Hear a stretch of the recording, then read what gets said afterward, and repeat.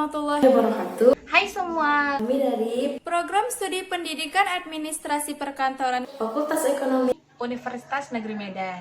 Baiklah, di sini kami akan menjelaskan mengenai tantangan dan permasalahan arsip yang dikelola secara elektronik. Nah, jadi teman-teman semua harus tahu ya, meskipun kita telah mengelola arsip secara elektronik, namun kita tetap akan menjumpai tantangan dan permasalahan dalam pengelolaannya. Selamat menyaksikan. Selamat menyaksikan. Selamat menyaksikan. Selamat menyaksikan. Permasalahan pengelolaan arsip elektronik. Permasalahan pengelolaan arsip elektronik meliputi 6 aspek.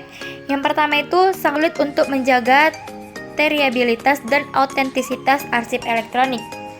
Maksudnya di sini adalah ketika arsip elektronik itu kita kelola, tentu saja keautentikannya atau keasliannya itu belum tentu terjaga. Maka hal tersebut menjadi salah satu permasalahan dalam pengelolaan arsip elektronik. Yang kedua, keberadaan arsip elektronik sangat bergantung pada lingkungan elektroniknya. Nah, artinya di sini dalam pengelolaan arsip elektronik, maka arsip tersebut harus berada pada lingkungan elektroniknya, yang artinya jaringan itu harus mendukung, misalnya seperti itu.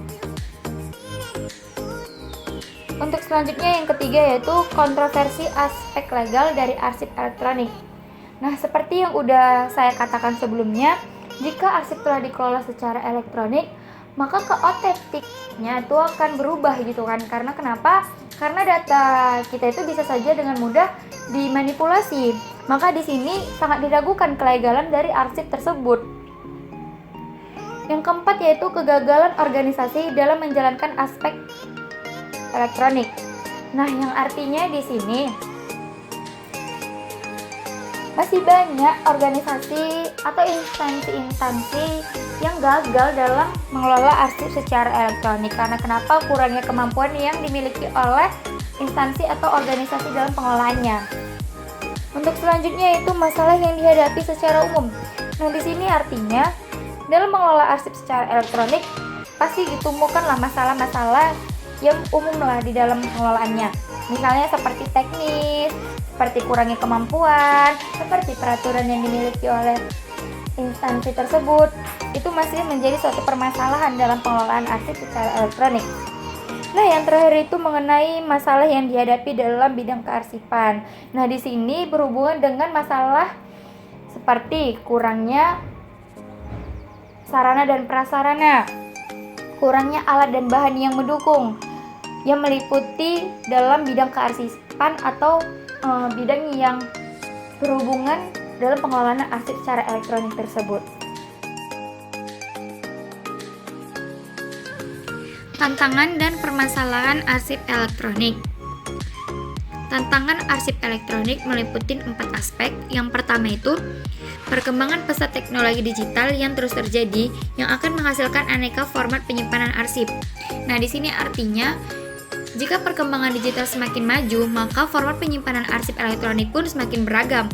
Nah, hal tersebut menjadi salah satu tantangan dalam pengelolaan arsip secara elektronik. Yang kedua, mudahnya arsip elektronik diperbarui, dihapus, diubah dengan cepat sehingga isu keamanan perlu menjadi perhatian. Nah, seperti yang kita ketahui, dalam pengelolaan arsip elektronik memang data mudah dimanipulasi.